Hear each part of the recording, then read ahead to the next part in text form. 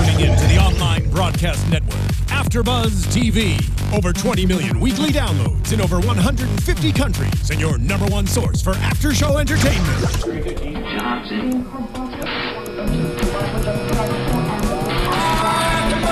AfterBuzz TV, the destination for TV superfans, producing aftershows for over 300 of your favorite TV shows, interviewing celebrities and showrunners, and bringing you behind-the-scenes exclusives. All thanks to E! Entertainment's Maria Menounos, producer Kevin Undergaro, and internet leader Akamai. Now, let the buzz begin! Hey, ladies and gentlemen, welcome into The Good Wife Season 6, Episode 7, Message Discipline, right here on AfterBuzzTV.com. As we get started today, if you haven't already, if you're watching this video on YouTube, hit subscribe. You can comment in the comment section there. If you're listening to the podcast version on iTunes, please subscribe there. You can review us. We love hearing from you guys, whether on iTunes, YouTube, wherever else. We'll do Twitter and Facebook and stuff. Later in the show, we're talking Message Discipline today. Episode 7 just went off tonight, this beautiful Sunday night, the first one in November. I'm Bobby here with Tara and Allison. Okay. Welcoming Allison. She is brand new. Courtney's out this week. Allison, what do you think of AfterBuzz so far? Are you ready to roll on your very first show? I'm definitely. I love it. You know, I'm here with you. You're a prankster. You're the comedy. You're the comedian guy. So you know. I was going to say, I think that's almost an unfair question to ask her. Should I lob you softballs like Frank Brady lobs softballs? You know what? Give me heart. I can handle it. Do you not agree with that characterization? Is that it? Is that that's the right answer? I don't like right? them soft. I wish we hadn't started with that. We're going to talk about. Well, actually, let's start with that. Let's start with Alicia and Frank Brady. That's a perfect transition because that was an interesting thing. So Frank Brady, this CBS Chicago commentator, is now in the running for state's attorney. We see what happens at the end of the episode. Before we get there, let's talk him and Alicia prepping for that interview. Eli, first off, the first thing I love, Eli is such a conniving little guy in every way, but it pays to have him around because he knows everybody, and he sees this Warren plep, which means nothing to us. Absolutely. And he says, oh, this is a pollster, he's getting signatures, he's getting a petition, I think that Brady's going to run. And he knew that before anybody else knew it, and it turned out he was right. He was absolutely right. So it seems like, first off, we didn't see Marissa, Eli's daughter, as Alicia's bag woman or body woman or whatever. This episode. I don't know, and I really want. During the episode, I thought about it. I was like, I really would have loved to see her reaction to them prepping her for her interview with Frank, because I know she would have had some really keen things to say. Little Eli. I love her. I like her. She's Absolutely. But we don't see her. But Eli's still doing work on Alicia's behalf. Because of course he is. Well, it's Eli. Thank goodness that he is. He does work on everyone's behalf. Yeah. And then we see this sort of Alicia bowing to kiss the ring of Frank Brady. I don't know if we should put it that way, bowing to kiss the ring, but she is genuflecting. There's a vocabulary word for you guys. She is genuflecting a little bit to get his endorsement, and not only that, to feel out if he's running. Yeah, but she's not doing it well. Like, it's so uncomfortable. I mean, she's new to this, guy, so you know. But she is bad. But when Johnny, her campaign manager, was prepping her, I was saying to myself, this really isn't that different than prepping a witness for the stand, so for the witness stand. So this shouldn't be so brand new and foreign to you. You should be doing this for your witnesses every time, prepping for trial. But she is bad. But it's different when the pressure is on you, right? Well, tables turn. I guess that's a good point. Yeah. And you don't want to get Sarah Palin, right? Well, which they mentioned the Katie Couric thing. That's obviously the thing they're referring to. You don't want to get Sarah Palin. And it was interesting to see. I can't remember who made the characterization. Maybe it was Johnny, the campaign manager. He says softball questions are the toughest because if you answer them wholeheartedly, you look like a lightweight, and if you brush them off, you look like a jerk. I think they use the word prig, but it's the same difference. So he lobs up these softball questions to Alicia, and boy, she was not ready for him. That was the most uncomfortable scene. She did a terrible job. You can tell she was nervous. But she sucked. I love her, but she did. But she doesn't have personality. Like, it was just a person. It was just a, hey, how you doing? So how do you do it? Do what? Like, everything that you do.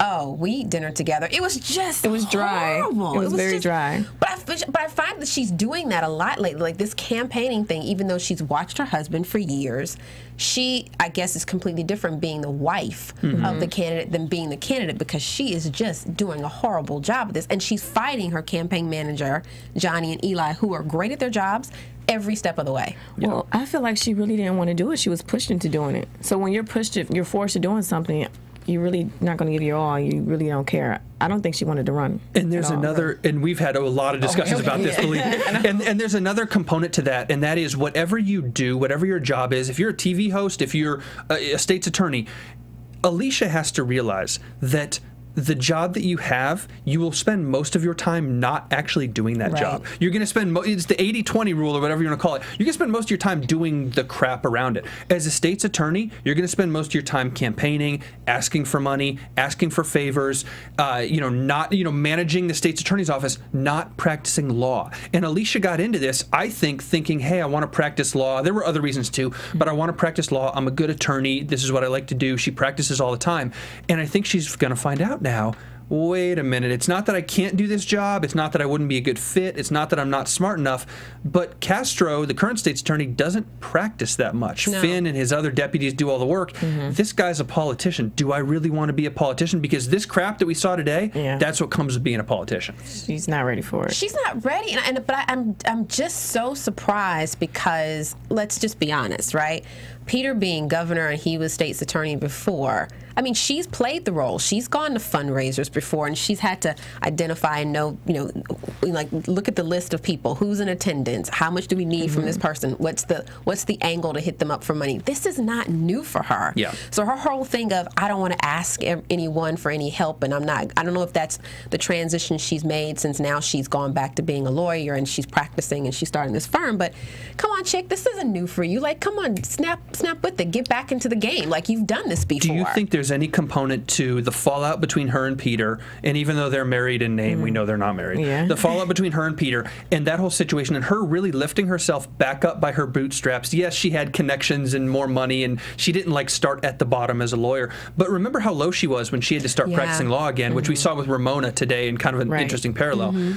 Do you think maybe consciously or subconsciously, Alicia is saying, I can't ask for help, I can't ask for money, because I will never go back to that helpless place again. I got myself here with the help of others, but I worked hard to get here, and I don't want to have to beg and grovel to other people. I remember what that was like, and I can't do it again. It's a pride thing. Yeah. It's definitely a pride thing. I mean, and Eli, I think he summed it up the best when he said, you have to get over thinking that you're above this. But if she really thinks about it, and I, commend this character for, as you said, pulling themselves up by the bootstrap, but in the background, regardless of what she's done, even for her first day at the law firm, she was still the state's attorney's wife. She's always been such, someone else's wife. So as much as she has proven herself in the courtroom, in the law firm, that type of thing, it's always been in Peter's shadow. I'm sorry, it's just the truth. That's always helped her out. And her 8 points being ahead in this campaign has a lot to do with the fact that she's the governor's wife. So she's used to things being handed to her, and she needs to humble herself. She probably doesn't really know how to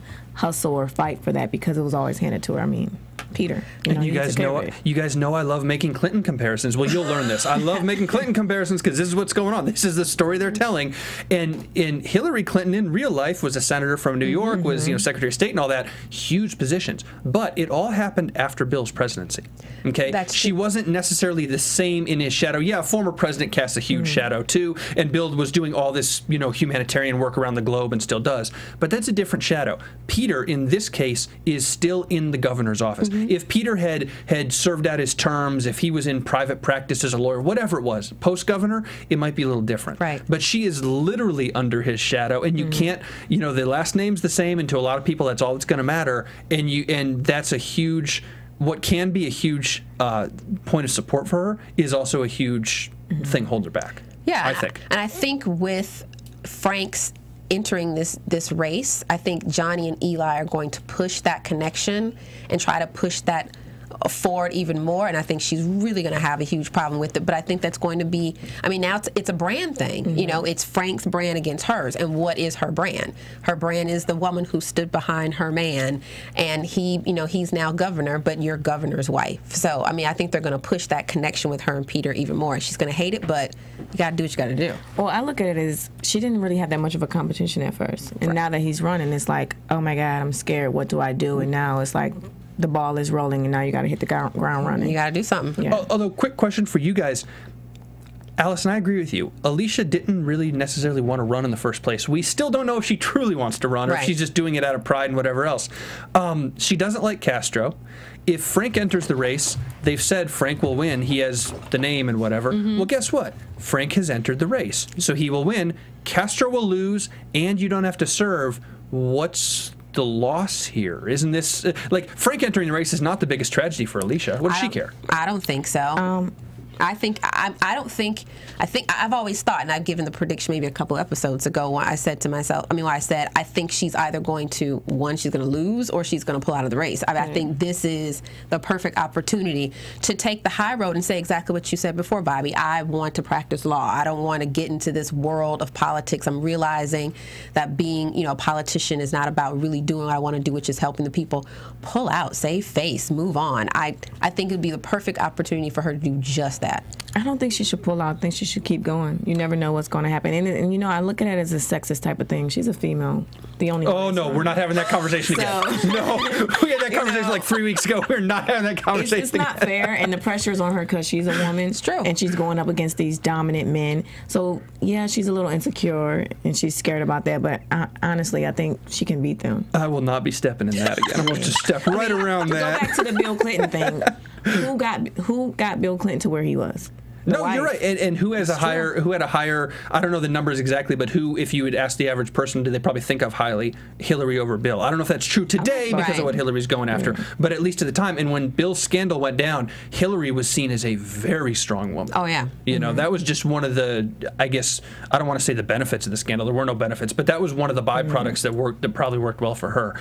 But we are not touching that woman comment. I touched that like 3 weeks ago. I remember that. I don't play with that, We don't no, I was on this, but I was on the strong woman side, and I still got railroaded into something because these girls just gang up on you, man. I'm telling you. I totally lost my train of thought. I'm just scared. Good times. But Frank Brady, I guess the one other thing I'll say about Frank, we say, what does Alicia care if he wins? Castro losing was a big thing for her because we know she didn't like him, blah, blah, blah. Because of the way the episode ended tonight, now Alicia cares that Frank is running. She kind of said F off to him, language advisory in a way, which was a weird Let's talk about reaction. Let's do. That was bizarre. I don't think it was safe. I think she was trying to prove, like, I'm independent, I can do this without having Eli there all the time, and she wanted to show him, like, I handle this without you there. But she should have called him. Yeah, because that was terrible. I think big mistake just to come out on the defensive like that to Frank, because he does have a bigger brand than her, bigger audience, and just assuming that he's the CBS, I guess he's a political commentator and that type of thing. He has the voice of the people. So if he goes out and announces that he's running, and it all alludes to the fact that she came across to him so negatively, it can completely taint her Saint Alicia brand. Well, he has the voice of the old people. Well, the lady's sending him cookie tins. Well, there you of course, go. in the state's attorney's race, the old people are the one who vote, right? True. So he does have the voice of the people. I also think that if they didn't put that article out, I don't think he would have ran. He said that. I don't know if I believe him. And I believe him. I think it was sincere. It really was sincere. I do. And I also, because I think that goes back to the type of questions he was asking her, because we all know that he could have really come out if he was trying to run. Really asked her some hardball questions, and he didn't. So I'm with you. That's what they get sometimes. Sometimes when you try to dig up dirt, it's not helpful all the time. And they shouldn't have did that. And it did backfire. I just wonder if... aside from Alicia's reaction, which was totally hot-headed and wrong, and that will come back to bite her in some way. So many ways, I think. The meaning behind it, she said something to him, and I'm paraphrasing, but she said, you are part of the establishment. You're going to act like you're above it. You're going to act like you're better than politics. You are part of it. It's a very... I guess I would say sexy, maybe that's a weird word for this, but it's a very sexy idea to go into politics, maybe now in our political climate in this country, and say, oh, I'm above politics. I want to compromise. I don't want to be a politician. I want to be here for the people. That's great to say. It's an easy thing to say to distinguish yourself. Get in the system and try to do it. It's true, but, but I think he's the person who can come out with that message because he hasn't been the SA. He hasn't been a defense attorney. Like, he's not actually everyday practicing. He doesn't have that track record. He has the voice of the people as a commentator who's he moderates, he asks people, like, he gets the dirt from other people. He's like David Gregory for Chicago. He's lost the voice, though, now. You have to obviously resign that position when you run for public office. So he loses that voice. How many of those people follow him? If he's been doing this for a while, maybe a lot of them do anyways. And he's got name recognition, but even so, that's a big matzo ball he's got hanging out there to quit his job to say, hey, I'm just trying to win this race. Oh, he knows he's going to win. I mean, they did the polling. He has more of a following. He has more clout. And he has connects that she doesn't have. She's new to this. Like, who's really supporting her? We'll find out next week. Well, maybe the governor. I don't think he's supporting her at all. But we'll find out next week what the poll numbers look like, because we've heard numerous episodes. She's 8 points ahead of Castro. But that was before. Right. And so now when Frank enters the race, we'll find out what. I think they're going to be the last two standing head to head. And we don't have a majority now. We'll have a plurality. So what are the rules of the plurality? Do you have to win with 50%, or can you win with 38% when the other two get 30%? You know, that's another thing we'll see. And I can just see an episode in the future coming up where no one clears 50% and we got to have a runoff. Alicia versus Frank or something like that. But we'll save that for predictions. Let's move on now. I think we've kind of killed Alicia for the day. Yeah. A lot will come up with her next week and beyond. After all, the show is named for her. Yeah, yeah. Let's move on to Finn. In a move, Tara and Allison, that we have seen coming for decades, Finn resigns from the state's attorney's office. It's about damn time. Let's talk about Finn. At first, I didn't like him. I didn't like their relationship. What do you think of his last name? I don't know. Thank you. We had this conversation. It's weird. Yeah. Go on. Everything about him is weird. Like, I didn't like the relationship. I thought it was sneaky. I didn't trust him at all. But all of a sudden, since he quit, I was like, you know what? You kind of do care about Alicia.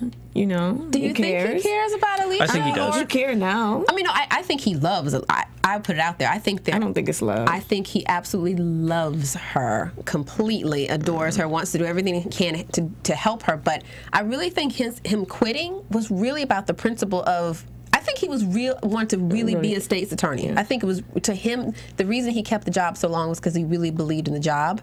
And he and Castro were supposed to have some type of relationship, and then he realized it was going south. But, you know, to be about being a state's attorney and have the opportunity to get the biggest drug dealer in Chicago and to have your boss try to make it about something else, what else can you do? I'll split the difference on you guys. I think Finn and Alicia, in a lot of important ways, are the same person. They both like practicing law more than they like the politics of their positions. And both of them are a little too idealistic in the courtroom about defending, defendants or prosecuting the accused or whichever side they fall on. They're both a little too optimistic and idealistic about how pure the law is. And I don't mean they're ignorant to the fact that the law and the justice system is abused. I mean they're a little too idealistic about how you should always practice with the best interest at heart. When Castro can play a dirty game, Frank can play a dirty game. Lord knows Peter Florrick plays a dirty game. Right. Kalinda is the dirtiest at this game. Alicia and Finn are both a little more optimistic, and they know enough. They're not ignorant to getting their hands dirty, but they don't want to do it. They want to still believe in the justice system and believe in the best parts of the law. And I think that's why you see both of them struggling with their respective things. Finn has now got the monkey off his back at the SA's office. Now, will Alicia get the monkey off her back? We don't know yet. I know. But it's that same problem with both of them. I look at it as if they're the bad ones and the crooked ones. The good ones, the bad ones in the system. And he was like, this is wrong. And I'm all about the rules. And he was like, this is wrong. I can't stand by you. Never trust a guy with no hair. But I say, for real though. So he can't trust you because you kind of bald. No. I mean cue ball. I mean cue ball guys. Don't trust Castro. Don't trust who else is cue ball? Stone Cold Steve Austin. No. Michael Jordan. Oh no! Come on now. I'm like, wait, what?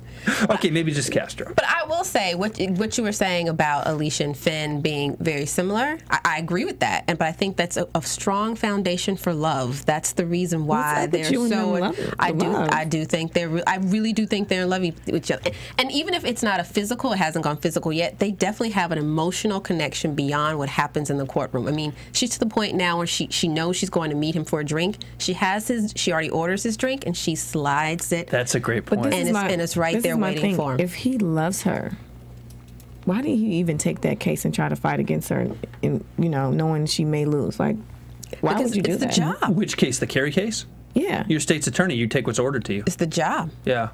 It's what you have to do. But he was giving his. I feel like he could have backed down. Like, I'm your girlfriend. That's the love. Come on now. That's the love because they have so much respect for each other. They know that in the courtroom we will go at each other fairly and respectfully, but also competitively because those are our jobs. But out of the courtroom, there's a weird connection between us. I don't know. Like, how are you going to give her a hint and not really give me a hint? I'm your girlfriend. You come home to me at night. girlfriend. What do you mean? Like, you can't tell me. There's love. What is that about? There's love. Okay. I totally agree That's with you. sneaky. I don't trust it. But he's quit. Will he move into the 27th floor, or better Definitely. yet, let's cut to the chase. Will he join? Yes. Florrick? I mean, come on now. Yes. Of course. Unless, and maybe I should hold this for predictions, but when I heard that he quit, I actually thought of it of Alicia's doing this state's attorney's race, so sooner or later she's going to have to step down, right, from her practice. So there's going to be Carrie and Diane running the law firm. Mm-hmm. Something's going to happen in the race. Maybe Alicia doesn't run, and then she and Finn just open a nice little competing law firm. Well, considering Carrie's going to jail, we'll talk about that later. No, that's an interesting prediction. The point is, now that Finn has quit, the world is at his fingertips, and the world, for our intents and purposes, is the 27th damn floor of that building. That's it. That's it. He will show up there. He will do something. He's not going to open his own practice. No, he's not going to hire a secretary and a paralegal. He's not going to No, he's going to join Florrick. Absolutely, come on. Especially because Carrie's in trouble. So yeah, Carrie may not be able. Yeah, Carrie may not be able to handle his caseload, so they slide Finn right on. He may be able to help them out. Finn defends Carrie. Yes. He goes from prosecuting Carrie to defending him. He has information that we don't know about. That's good stuff. We'll let the writers have that. We won't even. So last question on this topic before we move on to Carrie, because I know we want to talk about that. Let's talk Castro really briefly. Besides his cue ball head, is Finn right when Finn resigned and said, "You are not making this about Lamont Bishop. You're making this about Alicia Florrick in your state's attorney's race"? Is Finn correct? Definitely, it was personal. I 100% think it was personal, and I think it was such the wrong move because of his state's attorney's campaign to actually get Lamont Bishop when you're campaigning to be state's attorney again. Are you kidding? I think that's a bigger coup than keeping Carrie tied up in court indefinitely on a case that really has no merit. You could get Lamont Bishop, the guy the governor couldn't get. Right. There you go. So by Finn quitting, this may not look good for Castro. Exactly. But he's taking it so personally, as you were saying, that he can't even see that. Business is business. You can't take it personal at the end of the day. Yeah, he needs Eli. Castro needs Eli, but of course, because Eli would have said that to him. Oh, Eli hates Castro. Of course, but I'm just saying, he needs someone in his corner that's going to... He needs a body man. He needs something. Yeah. He needs something. So, the loser of the day, if we had to pick a loser for the episode, Castro. He's the loser, period. He's the I don't like him at all. Trey Wagner. No, he's not a loser. He lost this episode. He's lost. He's dead. Exactly. Lost, right. He was lost. They found him, and now he's dead. Yeah, that's a pretty bad episode. Okay, my one problem with Kalinda in this. Let's just jump into it. Let's get into Carrie. For the records, I do not like Kalinda. Join the club. With Kalinda? Let's jump in. Okay, Kalinda, the amazing investigator who investigates everything. A couple weeks ago, they had that virus on the computers, and she investigated in Russia and found the guy with the virus and was able to kill the virus. Trey Wagner was hiding with a relative in Gary, Indiana. If you're not from America or you've never been to Chicago, Gary's next to Chicago. Right. He did not go to the Yucatan Peninsula. He didn't go to Mars. He went to Gary, Indiana. He went down the road, but Kalinda couldn't find him for weeks until she finally hacked into a GPS system and said, "Oh, he's at an apartment." Yeah, that whole storyline. Well, I mean, I have to say, from the moment Kalinda entered the episode and she came into the courtroom and she and Carrie were texting back and forth, I could have done with. I was done with that too. That's just sneaky. You're getting him in trouble, and then he's turning around looking like you're not supposed to be doing that at all. I got a solution for him. If you're not allowed to communicate and you have to keep the 30-foot rule, don't text because that'll leave a record. Yeah. Snapchat. Yeah. Snapchat. Oh, here we go.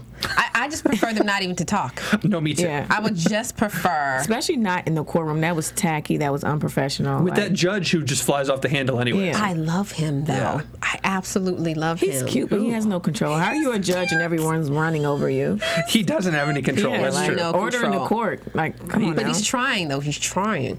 Is he trying, or is he just being a jerk? He's just being a jerk. I think he's trying, but I love the fact that he never uses gavel, he uses his hand. I know.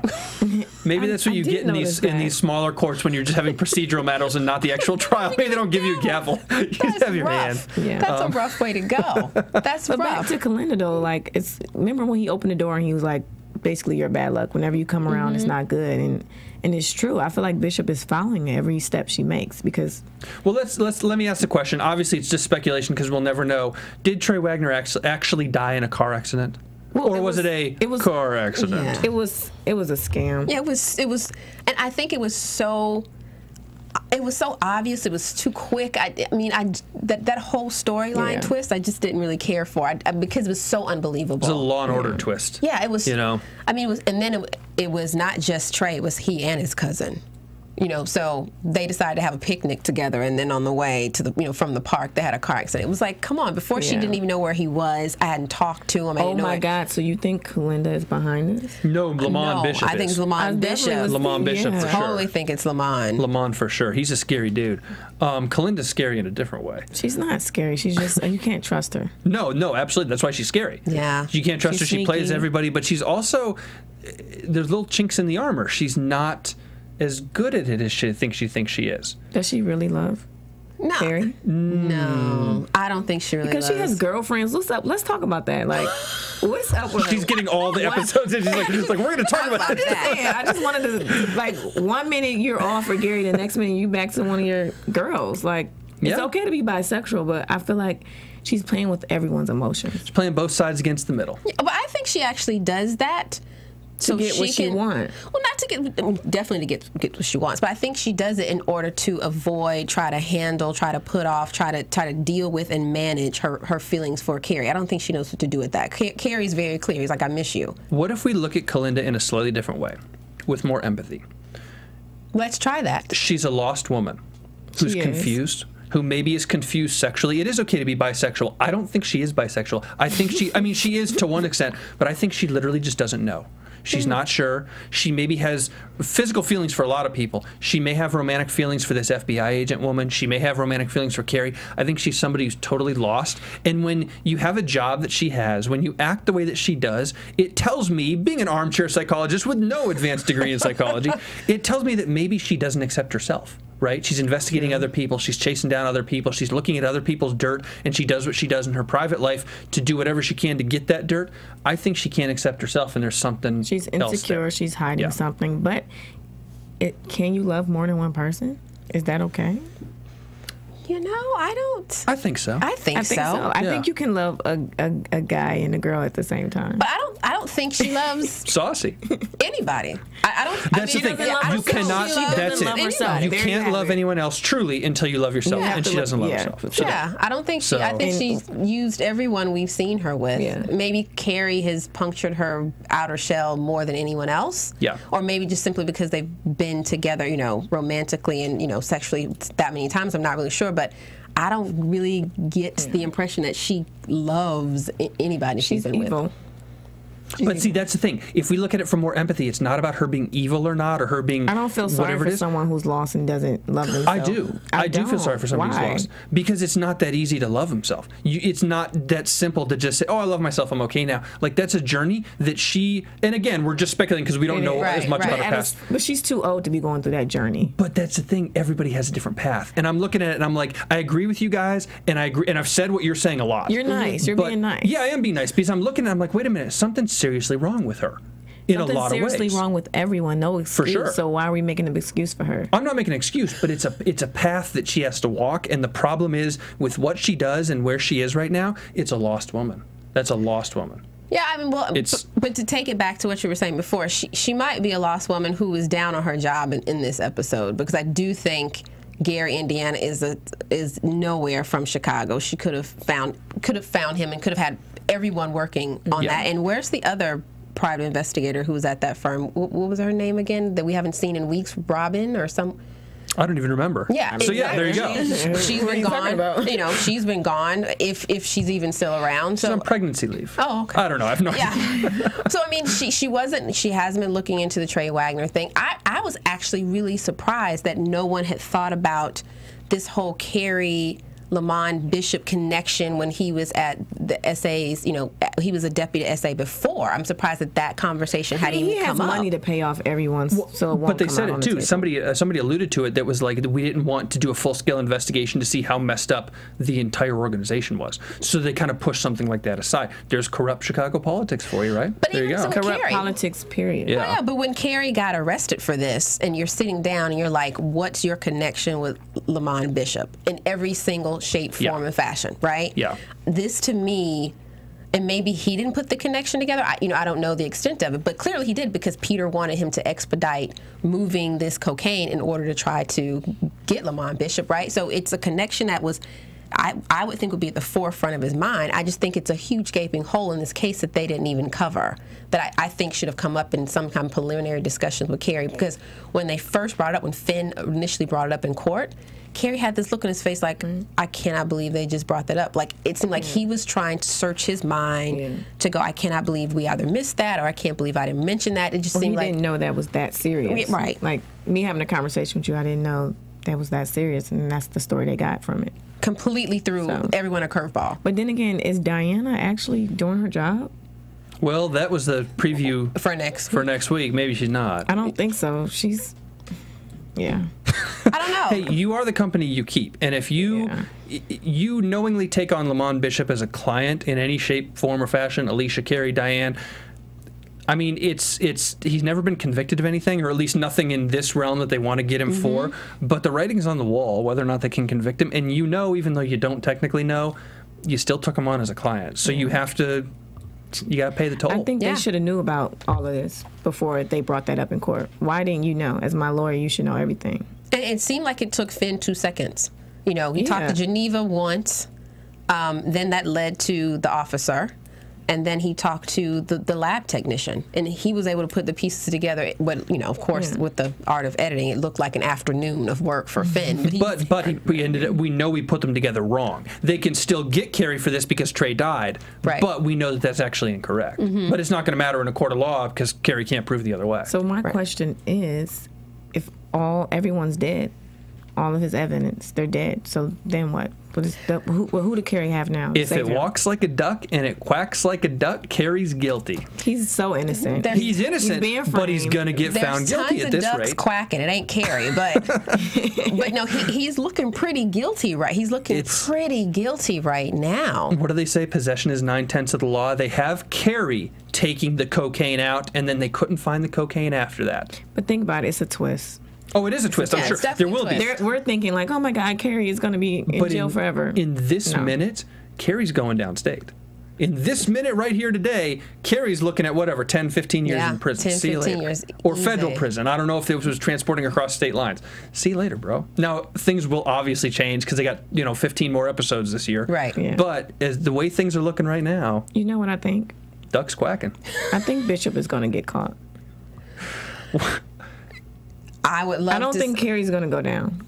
No, I don't think Carrie's going to go down, but he's going to get really close. And I'm curious to see what this and the then spin Finn is going to come with some information. You guys are just throwing all kinds of predictions out there. Finn's going to be I don't know if Finn's going to be the savior. I don't know, but I want to ask about going back to Carrie's case and about the proof of the other crime. What about Ramona stepping up and saving the day for Peter as his new personal attorney? You mean Ramona stepping up? Ramona? Hey, Ramona. Ramona.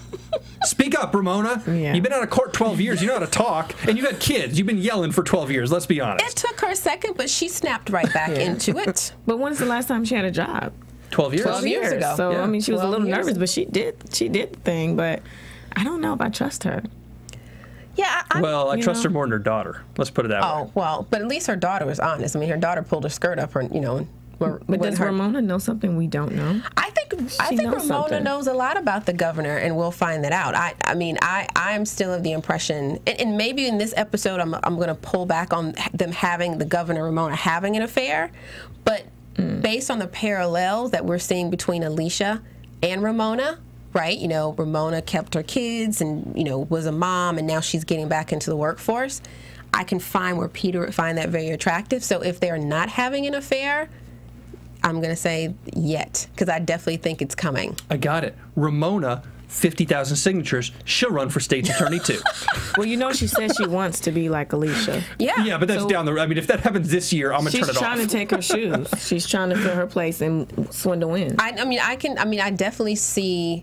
Again, I thought before when they first introduced Ramona that she and the governor were already having an affair. I pull back on that, but I definitely see I can see that relationship developing because she's a beautiful woman, but she has this vulnerability that Alicia had when the show first came on. And now Alicia has this coldness, and she and Peter are no longer, I mean, they're married, but they're not, whatever that crap is they're doing, right? Yeah. So she has this softness that Peter is missing in a relationship, but it's also a kind of equal because she's also an attorney, and clearly she's very smart, because even 12 years out of the, out of the courtroom, out of the law firm, she came back with that great strategy about, filing the subpoena in relevance as opposed to privilege. So I can just see him falling for her, maybe not even intentionally, but just because there's something missing in his relationship, what he's looking for. And I can see her going for it because she probably needs some attention. She's been divorced, who's paying her any attention right now? It's a power thing. She's, with the governor. They're family friends. Peter has said several times he's helping her out. Her ex-husband was named Anton, I believe. Who now lives in Nashville. When you marry a guy named Anton, she thinks. She thinks. I think. Right. I think. Listen, when your ex-husband named Anton, you bet you're in need. Anton probably not going to deliver. And Peter, the governor, we know he can deliver. He delivers too much. Yeah. There you go. He over-delivers. He over-delivers. No pun intended. Interns. But, we're not going to go there. All right, let's, we've been doing it already, so let's get into it. Prediction time. And now, Oh my God. your AfterBuzz TV. Oh, it gets scary. Honey, what's going on? All right, guys, you all prediction out, or you got anything good for Oh us? my gosh, I really might be prediction out. If you two go, maybe I'll come up with something else. Well, new girl. Allison, my prediction. You're new girl until next week. Okay, I'll be the freshman. My prediction, as I briefly said earlier, I think that they're going to get Bishop. At the end of the day, I think they're going to drag us. Who is they, though? Is it Castro, or is it the new state's attorney? We'll That's a give good it. question. It's a good That one. was a good one. Now you're changing my prediction. There you go. See, you play too much. Because it'll make a difference. It'll make a difference. If Castro gets him, Castro maybe wins the election. Maybe something else happens. If Alicia or Frank Brady gets him, that's totally different. That's That's a good one. That's a good one to both of you. I did come up with something else that I remembered from the episode when Johnny was prepping Alicia. I found it interesting. We talked about this before. As much as he was grilling her and teaching her, she was very receptive to everything he was saying, and there was almost this kind of electric energy between the two of them. You just took my prediction. Oh, sorry. No, go for it. Great minds. But I saw a spark between them. Whereas before, when she initially met him, it was almost like this point of contention, and there was like this real tension between the two of them. It's softening. She's learning from him. He's learning from her, because he asked Eli after they didn't want to use Frank's paper, and he was like, "You know better than I do," and Eli was like, "You can't use it." So they're developing something too. So it's going to be very interesting now that Finn is going to be in practice with her, and she's developing this relationship with Johnny. Love triangle. Bam. There we go. You don't cast on accident in television. You never can. There's too much at stake. Johnny's a very good-looking guy. I'll admit it. He's a great-looking guy, okay? I'm on record saying he's a great frickin' looking guy. I'm on record saying it. Oh, he's okay. I'm on record. I think Finn is too. I'm on record saying I like Finn. I'm a Finn. He's cute. But you don't cast on accident. You don't give her a campaign manager who's very attractive in her situation and then say, no, there's not going to be any romantic tension. Something someday will come. Whether it's love or sex or a combination or dating or whatever it is at any level, something someday has to come from that, because otherwise you would give her a campaign manager like Eli, who's just a little snivelly and funny, or like Eli's daughter, who there's obviously going to be no sexual tension there. You gave her Johnny for a reason. Okay, you gave her rugged, like, outdoors mountain man looking guy for a reason. Like a biker guy. Yeah. Who has a story, which they have not gotten into that. He does has have a story. He has a past. He's a bad guy. Yeah. You know what? I kind of see how you like him. See, that if I'm going to run for something, I'm calling Johnny. Girls do love us But bad boys. I love Finn. I heard that. I caught that. This is bad boy. I'm not going to put it out there. I'm not going to put it out there now, but I do like the Lamont Bishop prediction. I think it'll happen. I'm going to predict right now. Listen, a lot of our predictions are wrong. I think we're batting like maybe 250. We're like 1 for 4 or less. But I'm going to put it out there. Knowing what we know today, I'm not going to speculate on what the writers might do to change Carrie's situation to drag it out. But knowing what we know today, Carrie's going to jail. No, Kalinda's going to jail. For what? You have to find out. She is leaving the show. The actress is going to leave the show. So maybe that's a hell of a twist. Listen, they got to write her out. I'm telling you, something's going to happen. They got to write her out. I'm just going to say, piggybacking on that, because do you remember a couple of episodes ago when Kalinda and Lamont had this really tense interaction? And the fact that Kalinda is now leaving the episode, I wouldn't be surprised if her exit has to do with another car accident orchestrated by Lamont. She's getting too close. He told her the one time, like, back up. Do not investigate this. What about if Lamont hired Kalinda? I told you she was sneaky. For the drug empire. I like her. And whisk her away? That's a hell of a speculation, but I'm just saying. Because he's going to give her a proposition, I kill you or you come to my team. That's the kind of proposition Lamont Bishop gives. That is the kind of... Yeah. You know, he reminds me of Olivia Pope's father. From Scandal. And he needs to be dead. He says all of it, though, in a really well-tailored suit and shirt, so I commend him on that. Oh, listen, if you combine Johnny's looks with Lamont's dress or whatever, there you go. That's it. Can I get that, please? That's all I'm going to say. There's like 100 of those in L.A. There's probably a couple thousand of those in L.A. Yeah, Just look around. Where? I haven't seen Not the same. Not the same. Well, I'm not looking, so I couldn't tell you. All right, before I put my foot in my mouth any further, I think we're done for the day. I think so. Oh, well, there you have it, guys. Alison, welcome. Welcome. Thank you. And you can kick us off in social media stuff, Twitter, Facebook, Instagram, whatever. Where can people find you? Well, everyone, you can find me, the lovely Alison Law, at That's A Law, THATSALAW. Instagram, Twitter, Facebook, Alison Law. That's A Law. You have the perfect last name for this show. Yeah, I know, right? Yeah. I was going to be a lawyer, but it was too boring. Thanks, as I am a lawyer. But anyway, you can find me on Twitter and Instagram at TJ Wagging Her Tail. You're like, it is boring. I'm on Twitter at Bobby DeMuro, on Instagram at Mr. Bobby DeMuro, and like I said, guys, subscribe on YouTube or on iTunes and comment on each one of those. Rate us if you haven't done that already. That's it this week on The Good Wife. We'll be back next Sunday with a new episode.